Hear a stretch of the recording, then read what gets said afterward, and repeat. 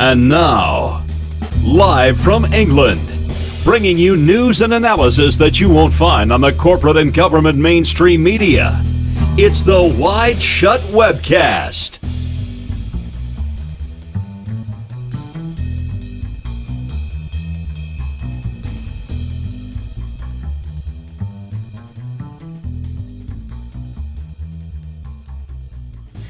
Good evening. Welcome to the first WideShut Webcast of 2012. Yes, 2012 is here. Another year flies by, along with more war, more corruption, more financial fraud by the banksters and gamblers, more ludicrous fairy tales, such as the killing of Osama bin Laden. I think Brit did a pretty good show on Friday recapping 2011, so today I think we're just going to focus on some recent news headlines. Unfortunately, the news doesn't stop just because it's the holidays. In fact, a lot of the time it's a key period to watch the news as our sly controllers sneak through their agendas while we're all out getting pissed. And I'm not trying to preach here. I was also out getting pissed. I think I've still got a hangover. So, there we go. But, you know, most people just toiling away in their 9-to-5 jobs, they don't want to think about world issues during Christmas and the New Year, and you can't blame them. You know, inflation through the roof, money being devalued every year, while simultaneously the corporations, of course, trying to save their own ass in the crisis. I'm sure you've all noticed in 2011 how products seem to have gotten smaller, as they have done for years now. You know, Mars bars are now pretty much fun-size Mars bars. Not that we should all be gorging on Mars bars, but you get the idea. You know, the loo rolls, the pack of 6 has now somehow become the pack of 5. And, you know, it's really a race to the bottom. Unfortunately, the majority of us are already at the bottom, and the middle class, you know, are promptly falling on top of us. And I think really 2012 has got to be the year where we take back our own responsibility. Grow your own food. Get some kind of contingency plan ready. Because, I mean, what would you do if you weren't able to afford to survive? Has anybody got a plan? Do they know what they're going to do?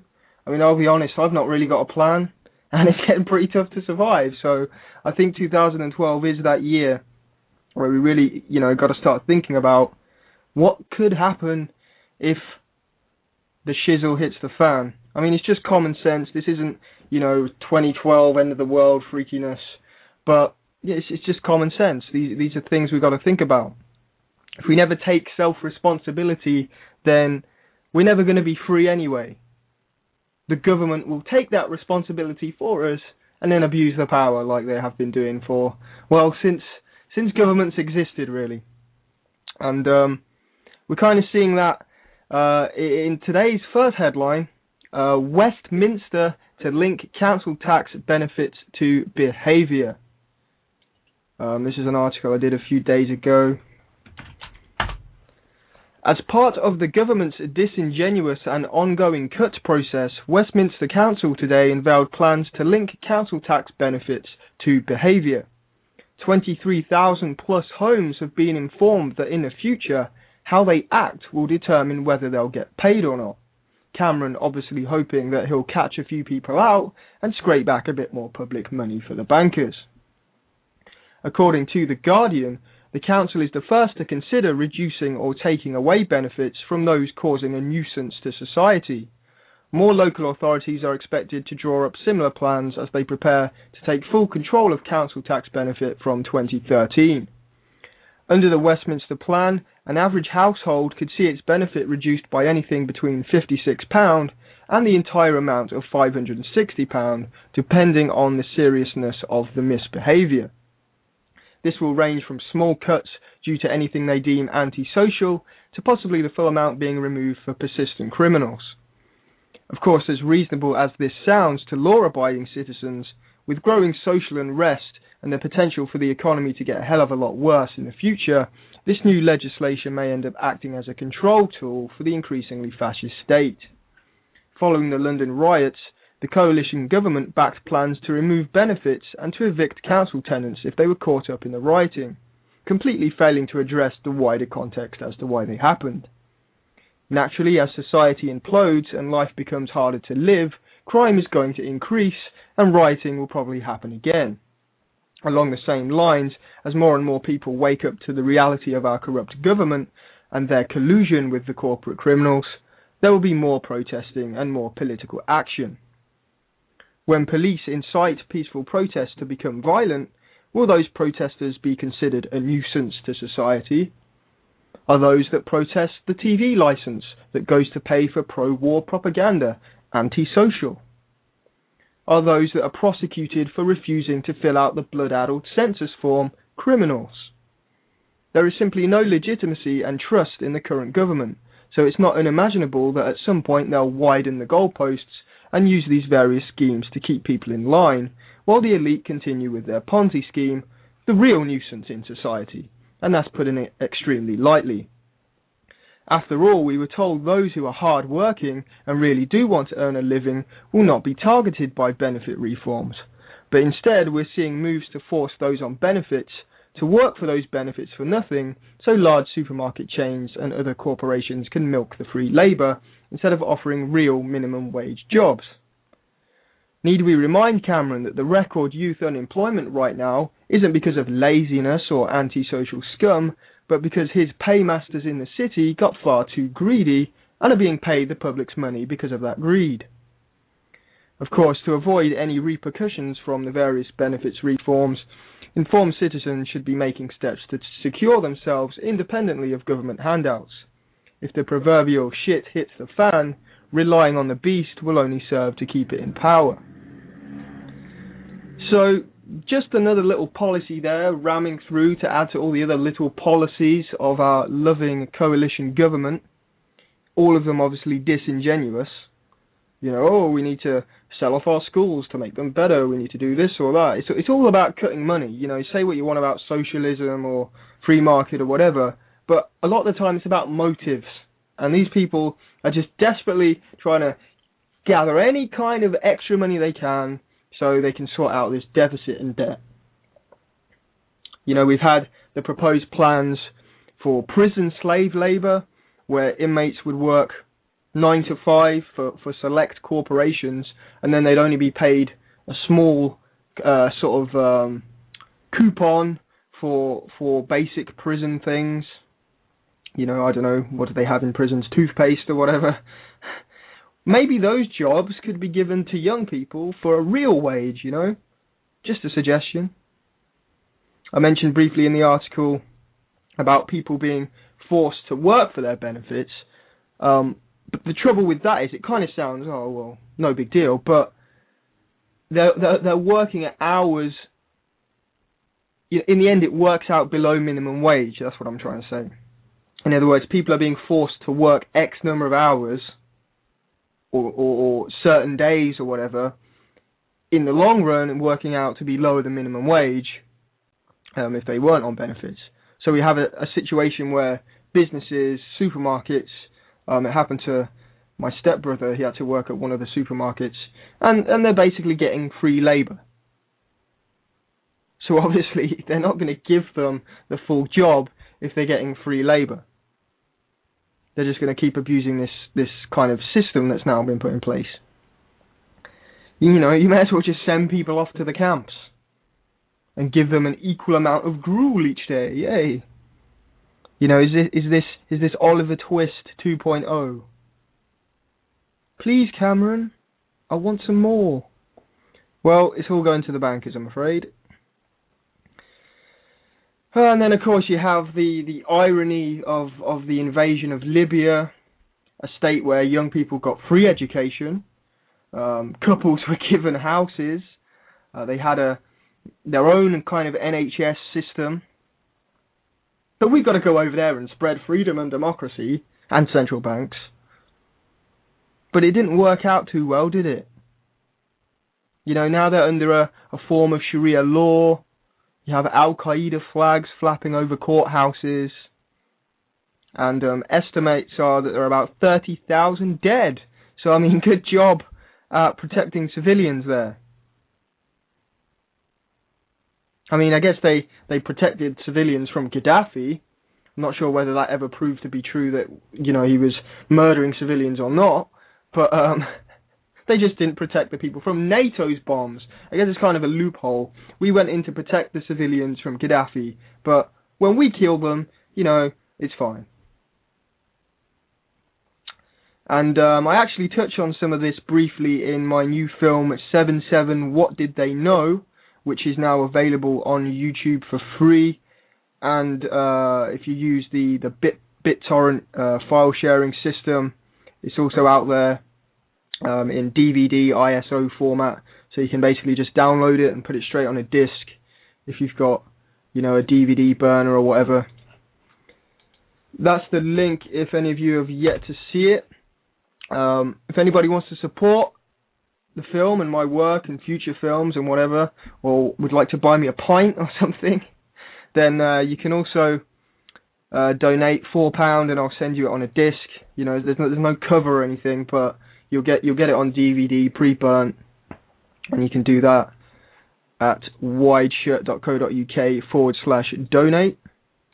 If you did enjoy the film and you've watched it, I'd appreciate it if you Facebook it, or, you know, send the link around. You know, the more people that watch it, the merrier. I am trying to aim it at the average person rather than the choir. So you got to reach the average person. So that might prove difficult, but it's all there.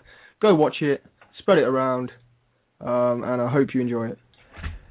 But on this collusion with the Muslim extremists, I touched on this in the film, as I say, since the late 70s, 79, throughout the 80s, we've been supporting the extremists.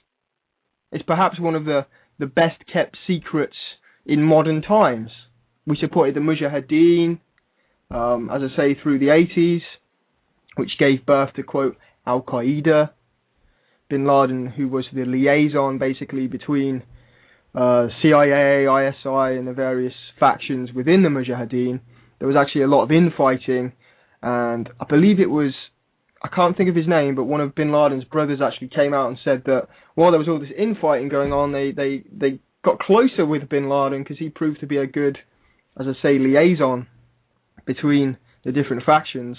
Then in the 90s, when Blair, Clinton, and our old friends at NATO were bombing the hell out of the Balkans, we were funding and training Muslim extremists again to fight Milosevic, who, although was quite a nasty bloke, wasn't quite what they made him out to be. All this kind of ethnic cleansing propaganda, the kind of camps propaganda that turned out to be false. I know Brits talked about that a bit before as well. And while that whole thing was going on, as I covered in my film, there was also something called a Covenant of Security, where extremists in Britain, all these radical preachers, the likes of Abu Hamza, etc., they were kind of tolerated. At times they were even informants for the security services. And thousands, in the end, according to the Lord Stevens report, British-based Muslims, British citizens, were allowed to go and train in terror training camps overseas. You know, Abu Hamza delivered speeches about blowing airplanes out of the sky. He called it the Muslim anti-aircraft net.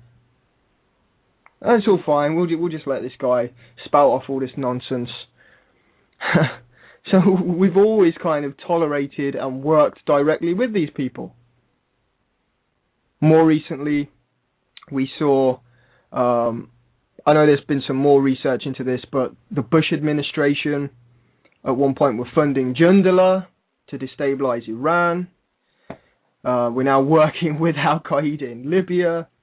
At what point do we stop and say, hang on a minute, how can we be fighting a war on terror when for over 3 decades we've consistently supported the Muslim extremists? Could it be that the elite fund both sides of the quote grand chessboard? Is this order out of chaos? But I guess that, that's all just a conspiracy theory, It's just evil Muslims, and that's the end of the story. Well, it's not quite that simple. And the sooner people realise that, the better, I think. So yeah, that was one brief aspect of the film. Obviously, most of it is about 7/7 itself, and the various bits of prior knowledge that the authorities had or may have had. There are a few negative comments, but I think what people need to understand is that, as I say, it's not really aimed at the regular listeners here on the show. It's supposed to be something the average person can look at and say, well, there is all this information. There were all these reports. This is all verifiable. What on earth is going on here? And then they can go and do further research and come to their own conclusions or speculations. It's not necessarily my job to tell people what to think. For example, one of the comments on the video says, MI5 didn't just tolerate Abu Hamza spewing hate. It's clear they fund and support Muslim leaders to further divide and create hate and spread fear. And I'd say that's a reasonable conclusion to make from the available evidence. But it doesn't necessarily have to be spelled out like that in the film, because you often end up down that road of speculation, and you end up building together a narrative. As Tom has said, Tom's in the chat, I believe. You end up building together a narrative that becomes a possibility, but it's not factual necessarily. Like the Ripple Effect film, which is one possibility of what could have happened. But, well, in hindsight, I think it's less and less likely. Just a little statement like from Peter Power, where he said, working with a company of over 1,000 people, and then suddenly that becomes, there was 1,000 people involved in a massive drill on the ground, possibly run by Mossad. The bombers were part of that drill. Speculations start to pile on top of each other, and it becomes really just another theory, like the government's own theory. So this time around, I tried to be as hardline as possible, so the average person can start to think outside the box, but without kind of being, without the typical conspiracy style kind of film. It's kind of cliche now. I'm not here to tell people what to think. The whole point is to get people to think more critically. And I hope I accomplish that. But anyway, as I say, you can watch it for free online. If you already have, please pass the link around. I think it's got about 2,000 views so far. I'll be sending out press releases and things shortly to some of the documentary sites that list films, some of the people that promoted the other one, and we'll see how it goes. Anyway, I'm going to take a quick break. Then I'm going to come back and get into some more headlines from this week. So I'll be back in a minute. Okay, welcome back everybody. Quickly moving on to an article I also did last week. Rockefeller eugenicists getting abortion decriminalized in Uruguay. Bit of a InfoWars style article title there, but I'm not necessarily saying abortion shouldn't be legal, but I do think there are some grey areas that people should probably be aware of. So I'll basically read out what I wrote. The Uruguayan Senate has passed legislation today to decriminalize abortion in the first 12 weeks of pregnancy. The decision was made with pressure from international NGOs, including the Rockefeller Foundation. My own stance on abortion is that of personal freedom. I would never recommend that a woman should abort a potential life. However, I believe she should have the personal freedom to choose abortion if all other options are exhausted. If somebody I knew was considering abortion, I would argue strongly against the choice, but wouldn't condone the use of laws or force to prevent them. For me, it's about teaching responsibility and ethics. You can't force responsibility and ethics. Regardless of those views, I also think it's important to study the motives and history behind the abortion industry. To simplify where I'm going with this, I'll pose a question. If a doctor enjoys murdering babies, do you believe the doctor should be promoting and conducting abortions? And here lies the grey area of abortion. Its history is deeply rooted in the pseudoscience of negative eugenics, the concept that lower class, inferior people or different races should not reproduce so that the elite class can dominate. Hitler was very much inspired by British and American elites who were sterilizing minorities, the feeble-minded, and aborting their offspring long before the Nazis.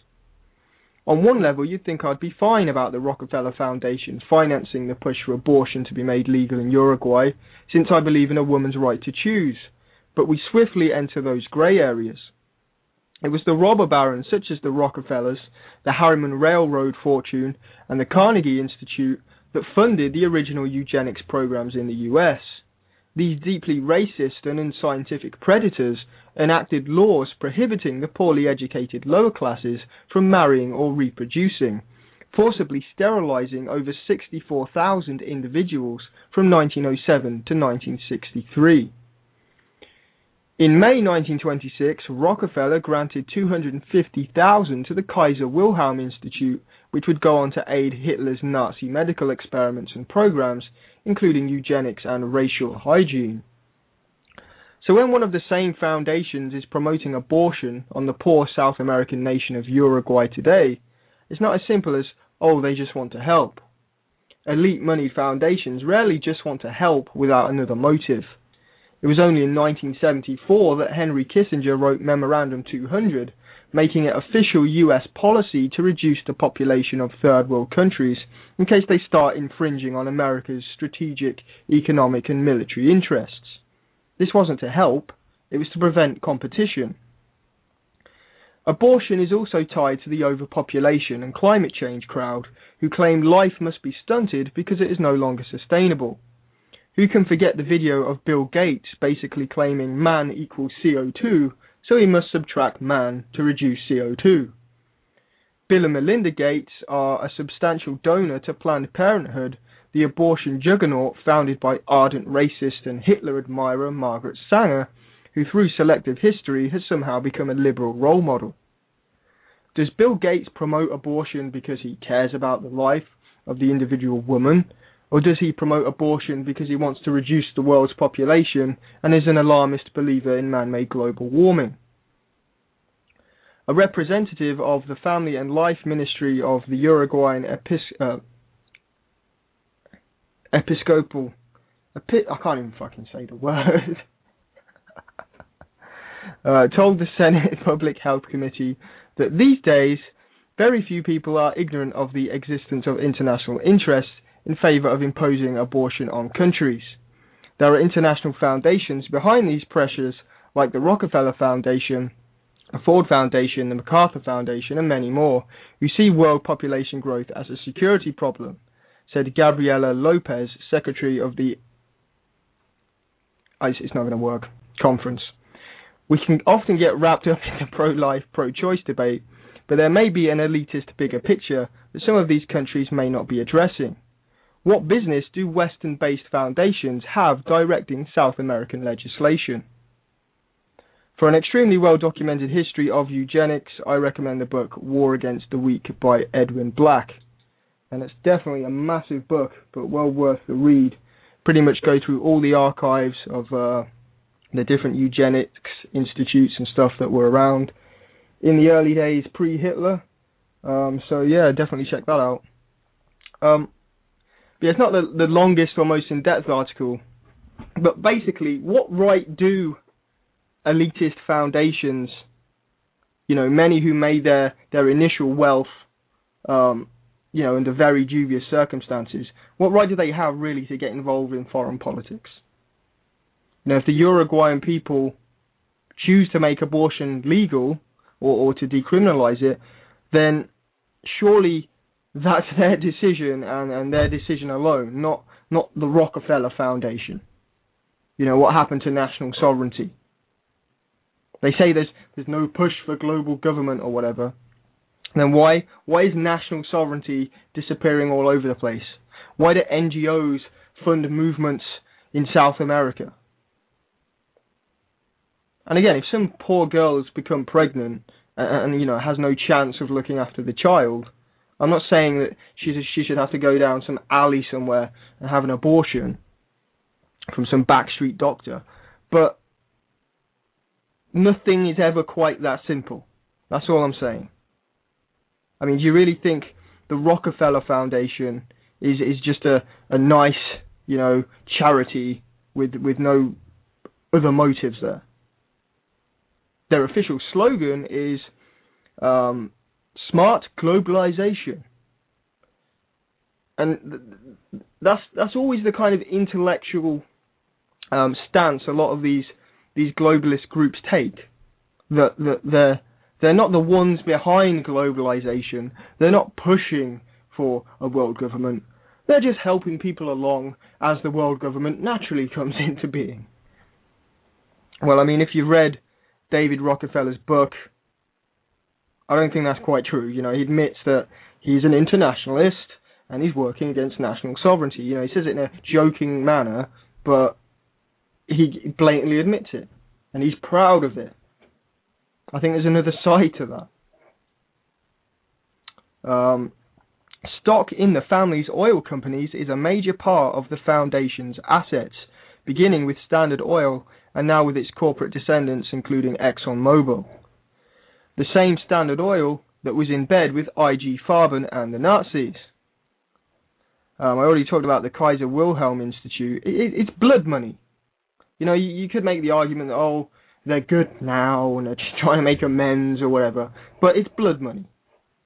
Blood money being used to fund abortions for possibly disingenuous reasons. It doesn't quite sit right with me. Time flying by though. Still only have the hour here on Blog Talk. I think we're going to jump over now to some climate change news.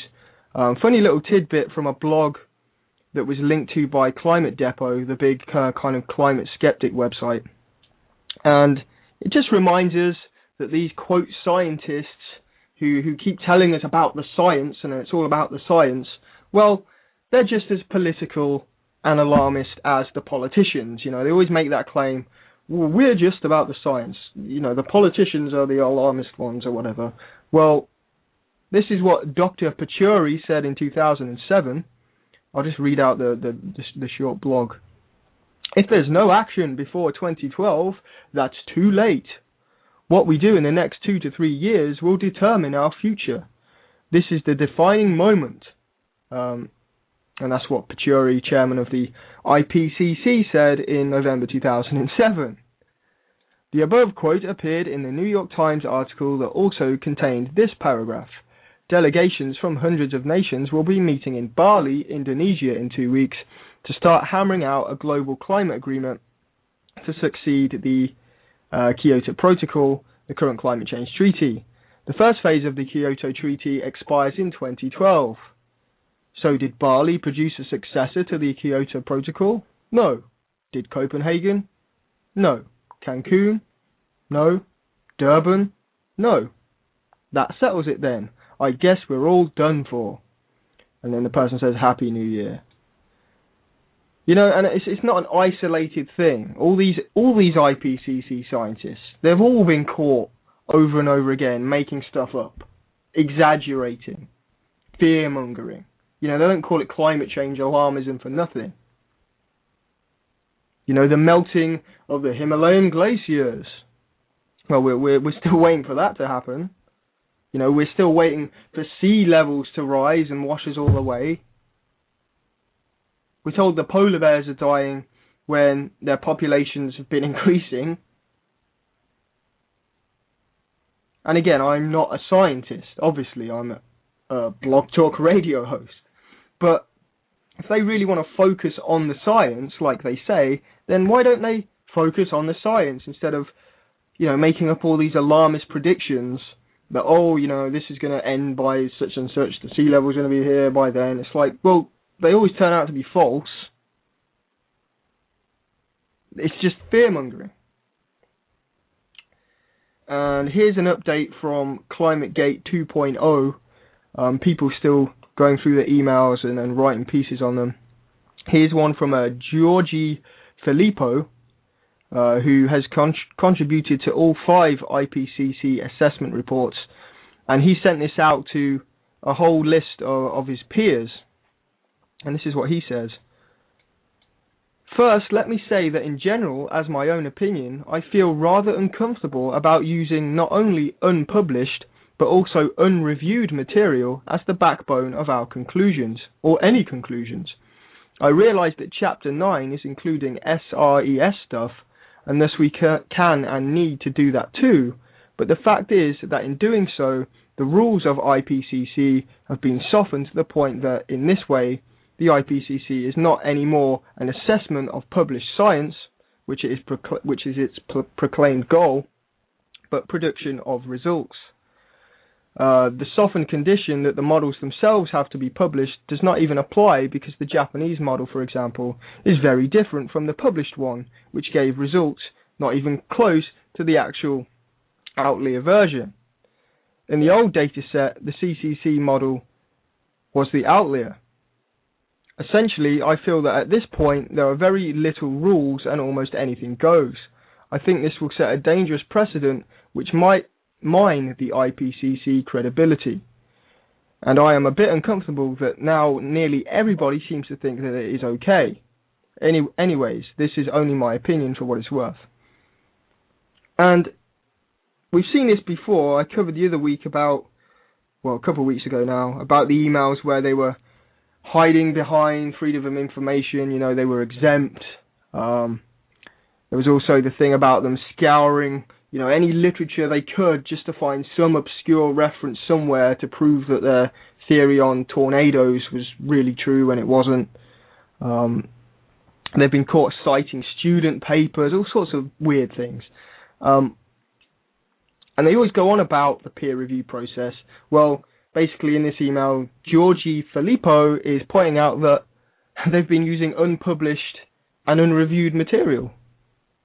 I feel rather uncomfortable about using not only unpublished but also unreviewed material as the backbone of our conclusions. So, there's another thing we can add to this whole climate change boondoggle. Also, there's a new book out that basically exposes or claims to expose how the IPCC has been using grad students, not even fully qualified PhD, but just students, to write bits of the reports. And this is what one blog says about the new book.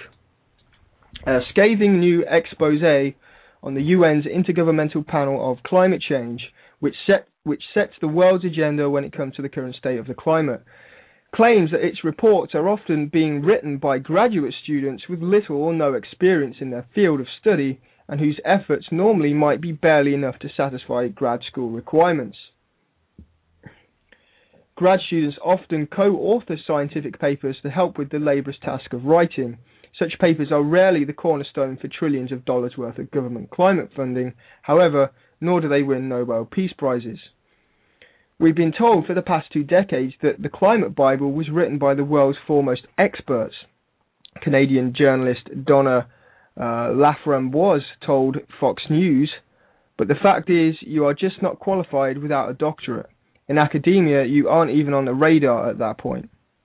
The IPCC insists that the lead authors of individual sections of its climate report are indeed the preeminent experts in their field.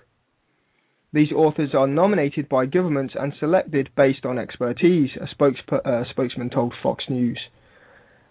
Author teams on IPCC chapters are a mix of individuals who have excelled in their fields of specialism.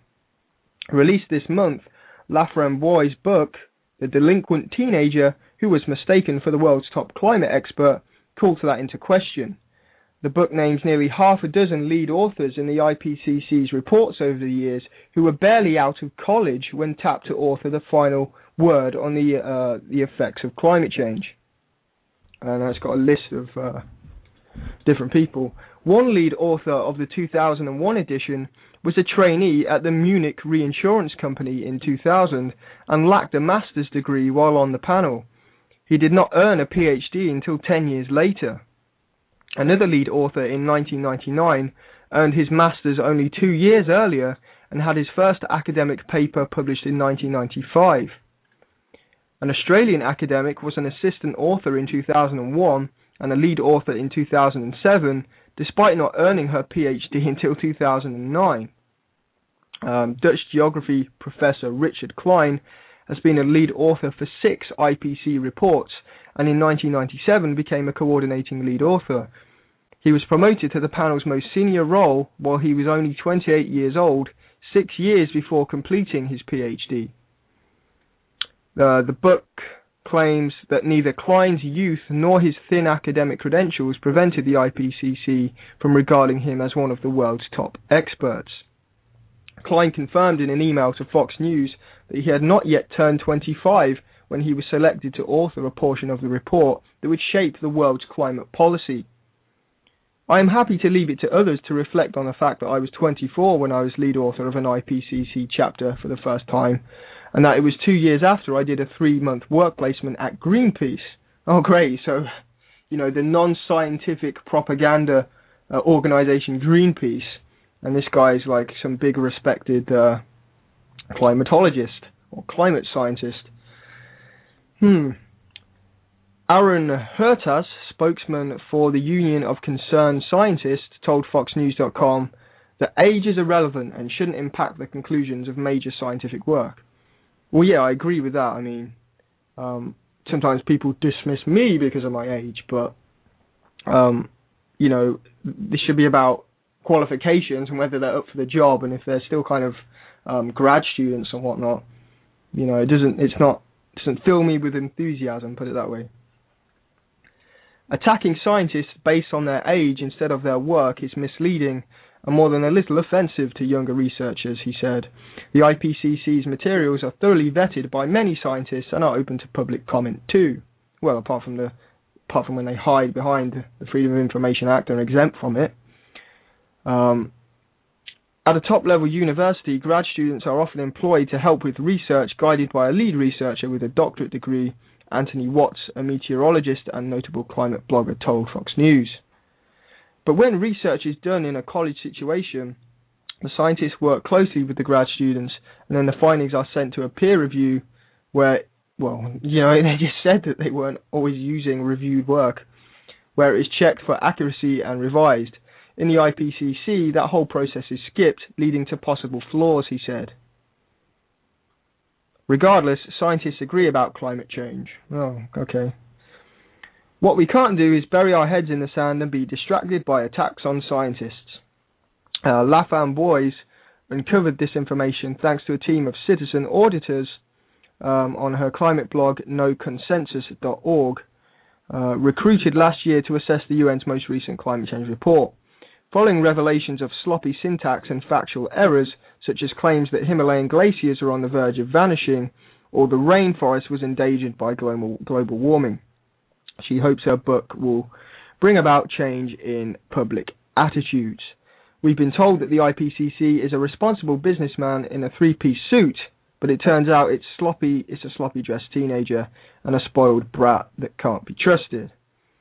Well, a bit sensational there, but it's just something else, to add to the list of different things that kind of throw the IPCC into doubt, Can we really trust these people? I'm not sure if we can. And I'd like to see kind of a more open and honest debate about the science, because as I say, I'm not a scientist, but it seems to me that one side is often being disingenuous and alarmist, and I think we need to get to the bottom of it. I'm going to go for another quick break, and then I'm going to come back with an article that I was just given before the show, actually, that just kind of tie in with the 7/7 stuff. So I'm going to go for another break, and then come back and get into that. Episcopal. Say it with me now. Sorry, that was the word I was butchering earlier. Sorry if there's any churchgoers here. Not likely though.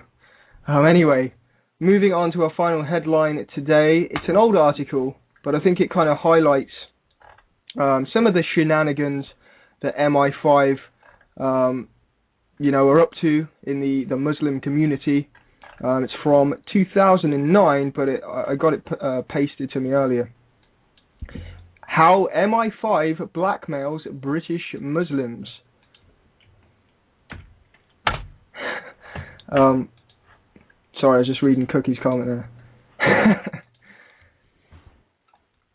Five Muslim community workers even have accused MI5 of waging a campaign of blackmail and harassment in an attempt to recruit them as informants.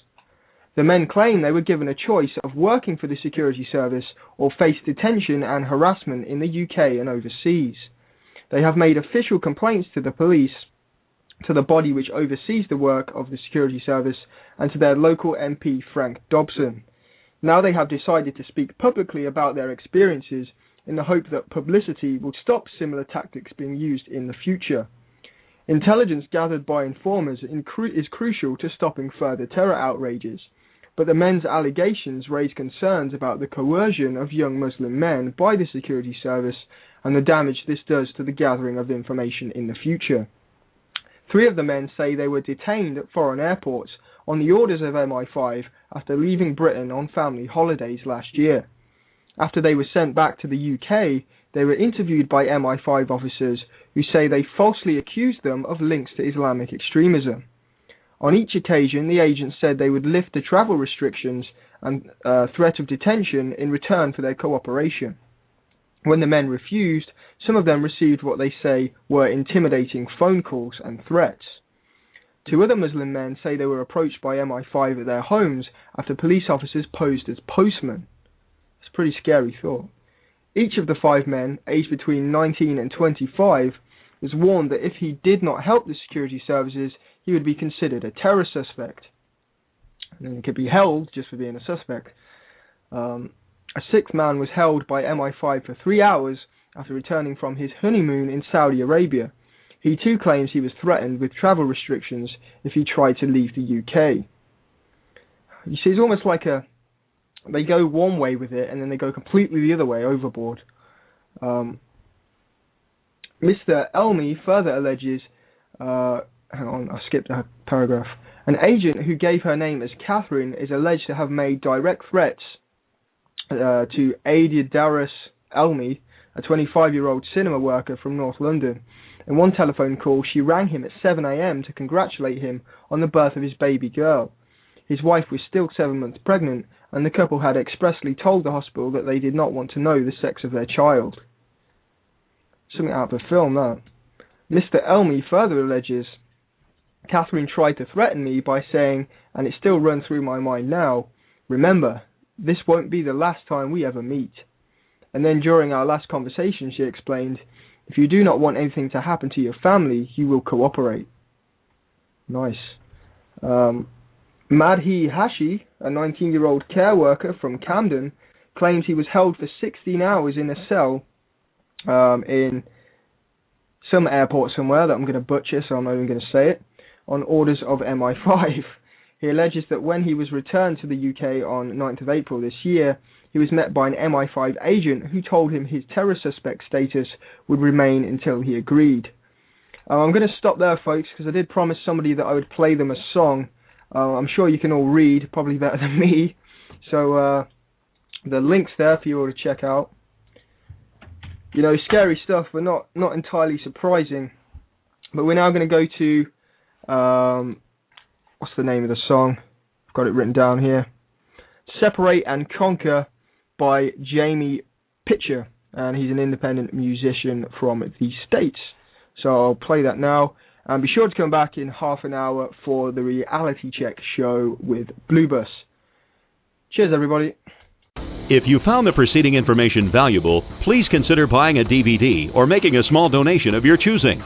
Go to wideshut.co.uk/donate. That's wideshut.co.uk/donate. You are the resistance.